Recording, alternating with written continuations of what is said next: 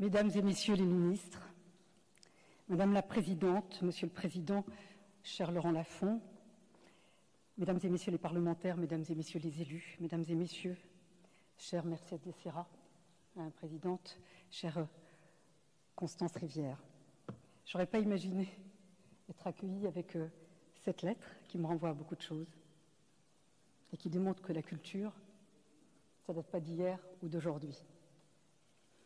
Je suis tout d'abord très heureuse de vous retrouver aujourd'hui. Et chère Constance Rivière, comme tout à l'heure, je voulais à nouveau vous remercier pour votre mot d'accueil. Pour être très honnête, j'avais complètement oublié cette lettre, mais je suis heureuse de la retrouver grâce à vous. Mosaïque, diffusée le dimanche matin sur FR3, a marqué une génération. Vous l'avez dit, cette émission a été pendant 10 ans une porte ouverte sur les cultures de l'immigration pour toute la société française. Des artistes venaient s'exprimer, des reportages de société montraient ce qu'on ne voyait pas ailleurs. Cette émission voulait, selon les mots de son fondateur Théfik Farès, offrir un espace d'expression à ceux qui n'en avaient pas. Nous sommes nombreux à avoir fait partie de cela et plusieurs sont ici ce soir. Ils sont devenus des acteurs majeurs de notre paysage culturel. Je suis moi-même honorée, heureuse de me tenir devant vous. Alors c'est vrai, ma nomination a surpris. Et pour rester neutre, de nombreux commentaires ont été faits. Quand on a un parcours comme le mien, je peux vous assurer que la culture entre dans votre vie d'une manière qui ne vous quitte jamais. Que ce soit grâce au service public de l'audiovisuel, comme avec Mosaïque, comme avec Au Théâtre ce soir, comme avec le cinéma de minuit ou les dossiers de l'écran, comme avec des documentaires qui nous ont profondément marqués. Mémoire d'immigrés, chère Yamina Benguigui, dont la place de ce documentaire a toute sa place ici. Que ce soit grâce à un professeur qui croit en vous, ou encore grâce à un bibliobus qui vient dans votre cité, vous apporter ce que vous n'avez pas à la maison. À chaque fois, oui, la culture ne vous quitte plus. Quand vous êtes magistrat, puis garde des Sceaux, et que vous vous rendez régulièrement dans des lieux de privation de liberté, vous mesurez le besoin de culture se fait sentir partout dans notre société. Et peut-être plus encore, là où la culture n'est pas tout à fait chez elle, et où elle est pourtant plus que nécessaire. Je n'oublie pas encore des courriers écrits, les concerts de Jean-Claude Casatsu en habit à la prison de Los.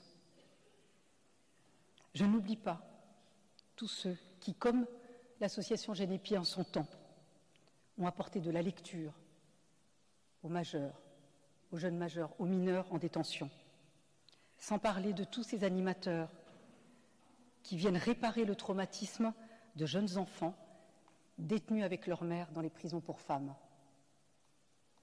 Tout cela démontre que la culture est avant tout une affaire de personnes engagées pour la partager.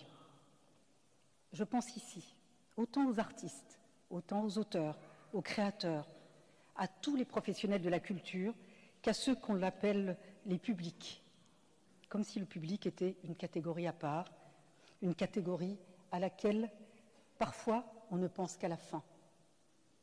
Ma première conviction, c'est que tous les Français, absolument tous, peuvent être des acteurs culturels, des acteurs de leur propre culture.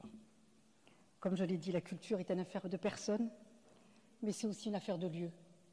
Salles de spectacle, cinéma, librairie, musées, centres d'art, galeries d'art, mais aussi écoles, hôpitaux, prisons, centres sociaux, les gares ou des tiers-lieux.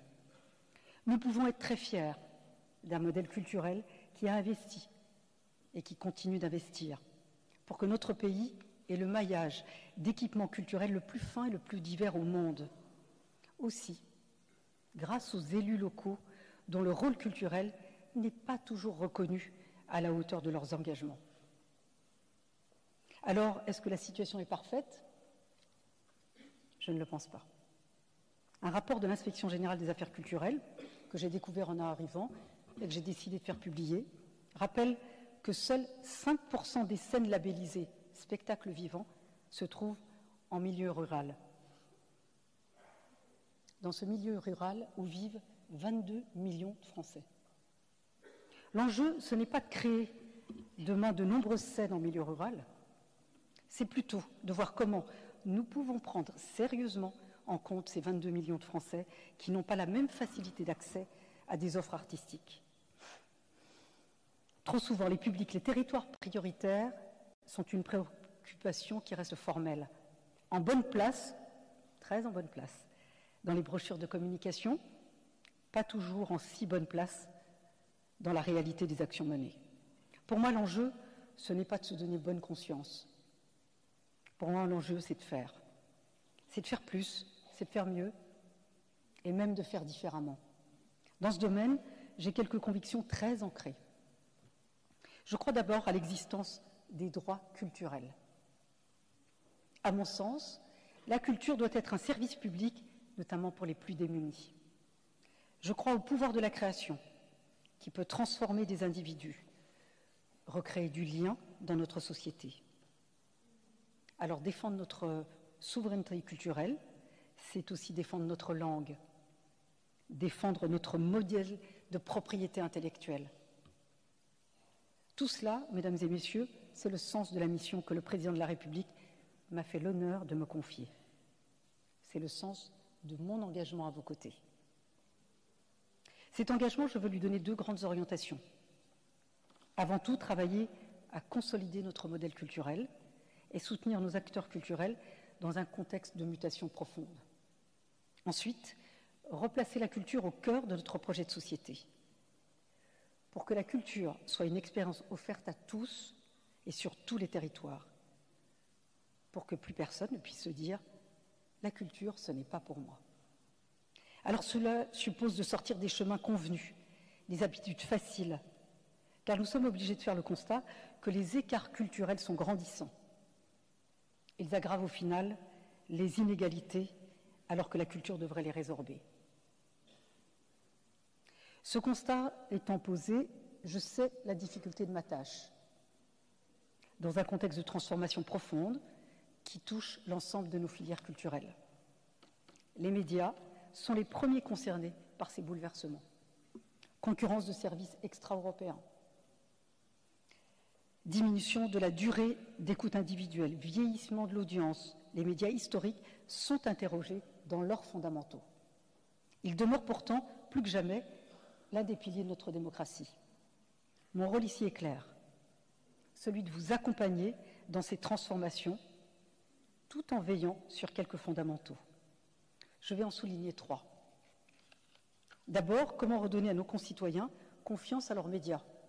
Il faut tout à la fois s'assurer que les médias conservent les moyens et la volonté de diffuser une information de qualité, notamment pour lutter contre les manipulations de l'information, et on y assiste tous les jours, qui contribuent fortement aux fractures de notre société.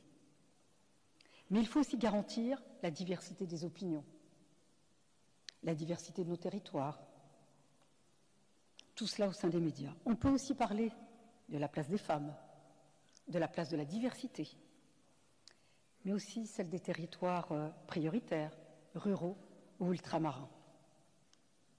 Ensuite, comment garantir le rôle des médias dans la vitalité de notre culture? Je pense à la fois au financement de la création du visuel, qui doit évidemment beaucoup au CNC, mais aussi aux médias eux-mêmes, puisqu'ils ont la responsabilité de donner à tous les Français une offre culturelle de qualité. Je le redis, 1/3 des Français vivent dans la ruralité, avec une offre culturelle très spécifique. La seule offre culturelle qui est finalement disponible de la même façon pour 100% des Français, c'est celle qu'apportent les médias dans ces endroits. Il faut donc y être très attentifs. Enfin, comment dans ce paysage audiovisuel en mouvement, conforter le rôle de notre audiovisuel public.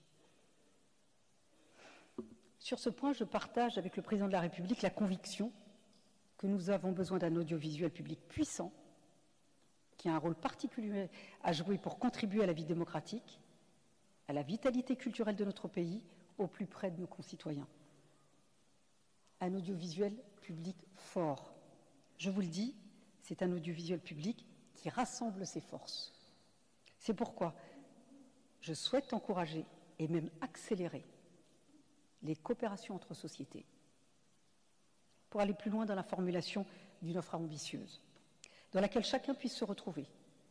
C'est aussi à cette condition que nous pourrons obtenir un financement pérenne dédié. Autre bouleversement, l'intelligence artificielle. Ici, comme sur l'audiovisuel public, il ne faut pas se tromper de débat. J'entends les inquiétudes, je dirais même que je peux les partager. La réalité est que les artistes, les auteurs, tous les acteurs culturels ont compris, bien mieux que d'autres, tout le potentiel, mais aussi tous les risques de cette révolution. Ne pas avoir peur, cela ne veut pas dire qu'il faut fermer les yeux sur le danger que cela peut représenter. Alors oui, il y a urgence. Urgence à inventer un nouveau cadre éthique pour que la technologie soit au service de la culture, au service de la rémunération des créateurs, au service de la découverte par tous de la diversité de notre culture, au service de développement créatif inédit. Et je suis d'ailleurs très heureuse de vous annoncer ce soir la publication dès demain de l'appel Création immersive et métaverse avec une dotation tout aussi inédite. Les bouleversements technologiques concernent également le champ de la musique. L'année 2023 a été très riche en débats. L'année 2024, je vous le dis aussi, doit être celle du rassemblement de la filière, car les défis sont immenses. Il y a les transformations technologiques, mais n'oublions pas, et vous le savez tous, les bouleversements géopolitiques. Dans un monde globalisé, l'international ne peut plus être une préoccupation annexe ou secondaire pour les acteurs culturels. Vous devez tous pouvoir vous projeter à l'international, quelle que soit votre taille. Notre expertise culturelle dans tous les domaines est reconnue partout dans le monde. Et pour réussir, ici comme dans d'autres secteurs, il faut être organisé. Je reviens d'Inde avec le président de la République, où il a porté un projet de coopération particulièrement ambitieux dans le domaine muséal. Nous allons lui donner vie, puisque nous avons une vraie reconnaissance de cette expertise. L'international est aussi un levier de transformation pour notre paysage culturel, y compris dans une perspective d'apaisement des mémoires, pour reprendre les mots du président de la République au Burkina Faso en 2017.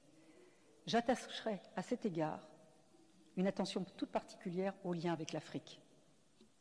Dans la continuité avec Afrique 2020, la Maison des mondes africains, souhaitée par le président de la République, est un projet novateur.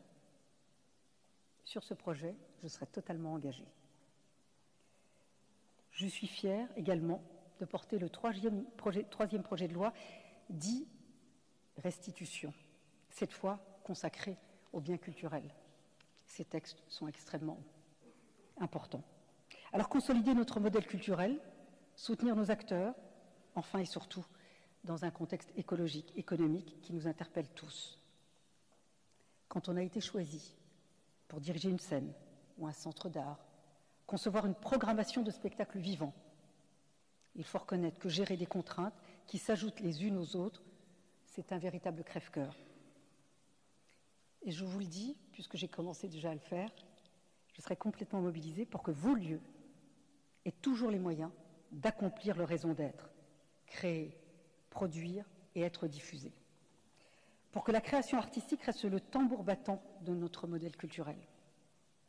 Alors vous l'avez compris, ma première grande priorité sera de consolider notre modèle culturel, de soutenir nos artistes et l'ensemble des acteurs culturels dans ce contexte de profonde mutation.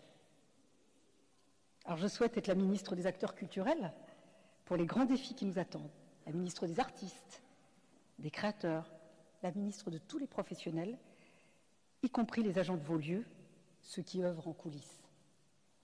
Alors cela n'exclut pas d'être la ministre de tous les Français dans leur rapport aux arts et à la culture. Trop souvent, notre ministère est soupçonné de nourrir un certain entre-soi. Ce n'est pas ce que j'ai découvert à mon arrivée. Et c'est une chance pour relever ces défis. Ce qui donne véritablement sens à l'action du ministère de la Culture, c'est de regarder plus loin. C'est d'être le ministère de la société française dans son besoin de culture. Ce qui me frappe, c'est quand on pense au ministère de la Santé, on pense à un ministère qui se préoccupe d'abord des problématiques de santé des Français. Et à ce titre, nourrit une attention très forte pour les professionnels de santé. Il en va de même pour l'éducation nationale, qui est le ministère de la société française, dans son besoin d'éducation, et à ce titre, se préoccupe fortement de toute notre communauté éducative. J'aurais la même vision pour le ministère de la Culture, celui du ministère de la société française dans son besoin de culture. C'est le sens de la deuxième grande orientation que je souhaite partager avec vous. Le président de la République l'a dit lors de sa conférence de presse, la culture a un rôle premier à jouer pour réparer la promesse républicaine d'une égalité des chances qui n'est pas si effective aujourd'hui dans notre société. Et on le voit sur les débats suscités, et vous l'avez rappelé, chère Constance Rivière. L'accès à la culture est loin d'être égal pour tous les Français. J'ai parlé de la ruralité, j'ai voulu en faire la priorité du début de ma mission. Cela fait sourire tous ceux qui m'imaginaient ne pas franchir le périphérique. Mais les mêmes, qu'ont-ils fait pour ces 22 millions de Français dont nous parlons ici? Accéder à une véritable offre culturelle en milieu rural, comme dans certains quartiers ou certains territoires d'outre-mer, c'est un défi. Pour certains même, c'est mission impossible. Il y a ceux pour qui l'offre culturelle n'existe tout simplement pas. Même certains qui savent qu'elle existe, ils se disent « mais ça, c'est pas pour moi ». Il y a aussi ceux qui l'entrevoient une fois dans l'année, à l'occasion d'une sortie scolaire, par la magie d'un professeur passionné, d'un lieu culturel engagé, et qui reviennent malheureusement à leur réalité une fois cette sortie scolaire terminée. Cette réalité-là, c'est celle que vivent des millions de Français. Cela doit être notre obsession collective. Nous devons aussi nous interroger sur nos modalités d'action. Qu'appelle-t-on un public prioritaire? Pourquoi les habitants des territoires ruraux n'en feraient pas partie? Comment s'adresser véritablement à tous les publics, y compris ceux qui n'entrent pas dans les cases habituelles? Quel équilibre nouveau trouver entre renouveler les chemins d'accès à nos lieux et inventer de nouveaux chemins pour aller vers tous les Français? Lorsque j'ai parlé d'éducation populaire, et notamment des MJC, cela a soulevé une forme d'inquiétude, comme si cela s'opposait à une attention pour les créateurs. C'est tout le contraire. Les MJC ont changé le destin de millions de jeunes, et parmi eux, de nombreux artistes. Ce débat doit donc être dépassé. Quand on va aux ateliers Médicis à Clichy ou à Nontron, dans le Périgord, on voit bien que c'est précisément une démarche artistique ambitieuse et exigeante. Et cette ambition, elle place au cœur tous les habitants. Longtemps, on a voulu opposer le patrimoine et la création. Je considère que le patrimoine, ce n'est pas figé. Et la création se transforme souvent en patrimoine. C'est aussi la beauté des métiers d'art que de réconcilier patrimoine, création culturelle et économie. Le Pass Culture est le meilleur exemple de ces dépassements. Il nous met à l'écoute de la demande comme jamais, avec une connaissance de nos publics, personne par personne. Mais il constitue surtout une formidable opportunité de réinvention de notre offre culturelle, à distance des algorithmes qui abîment la diversité. Alors que faire aujourd'hui? J'ai des intuitions, j'ai des convictions, mais c'est ensemble que nous construirons cette feuille de route. Il y a quelques jours, j'ai lancé le Printemps de la ruralité, une concertation nationale pour une durée de 2 mois sur l'offre culturelle en milieu rural. C'est aussi l'occasion de sortir des sentiers battus, de nous interroger sur l'articulation entre l'État et les collectivités, sur la complémentarité entre le patrimoine public et les monuments privés, sur un triptyque, service public, commerce, offre culturelle, qui pourrait redonner vie à nos campagnes. Dans notre modèle culturel, la ruralité est une forme d'impensé. Il y a toute une vie culturelle que l'on ignore souvent. en matière de lecture publique, de cinéma pour tous. Il y a des dispositifs qui n'existent pas ailleurs. Il y a des élus engagés qui ne demandent qu'à être un peu mieux accompagnés et un peu mieux reconnus dans leurs projets. Je veux rendre hommage ici, et un hommage appuyé, à la présence de nombreux élus locaux ce soir. Je vous le dis, je serai à vos côtés. Le patrimoine a un immense rôle à jouer dans cette perspective. Je ne pense pas seulement à nos grands opérateurs, même s'ils ont un rôle moteur, pour inspirer un mouvement plus large, je pense tout autant au patrimoine de proximité. Celui qui n'est pas dans les livres d'histoire, mais qui est dans le paysage quotidien des Français. Celui qui brûle quand on n'est pas assez précautionneux. Celui qui disparaît quand on est oublieux. Celui qui renaît quand on s'en donne les moyens. Celui qui peut connaître d'autres vies quand, au-delà de la sauvegarde, on se permet d'en repenser les usages. Mesdames et messieurs, nous sommes à l'aube d'une année intense, une année sportive, une année culturelle. Le président de la République a voulu donner aux Jeux olympiques et paralympiques une dimension culturelle et créative. Une année patrimoniale aussi, avec la réouverture du Grand Palais et de Notre-Dame. Je n'oublie pas que c'est un discours de vœux. Je voudrais donc, au terme de ce propos, vous adresser des vœux de santé, de bonheur personnel pour chacun d'entre vous, mais aussi des vœux de réussite collective, autour des convictions, des chantiers qui nous rassembleront tous cette année. Ce ne sont pas des vœux pieux, car je suis absolument déterminée à relever le défi qui m'a été confié par le président de la République et le Premier ministre. Les premiers contacts que j'ai eus me confortent dans l'idée que notre pays a une immense chance, celle de pouvoir compter sur une communauté culturelle exceptionnelle dans sa diversité et son dynamisme. Alors un grand bravo pour tout ce que vous faites déjà, un grand merci par avance pour tout ce que nous ferons ensemble, et je vous le dis, quand je vous quitterai, vous ne pleurerez pas, vous me l'applaudirez. Dans cette attente, je vous souhaite une très très bonne année.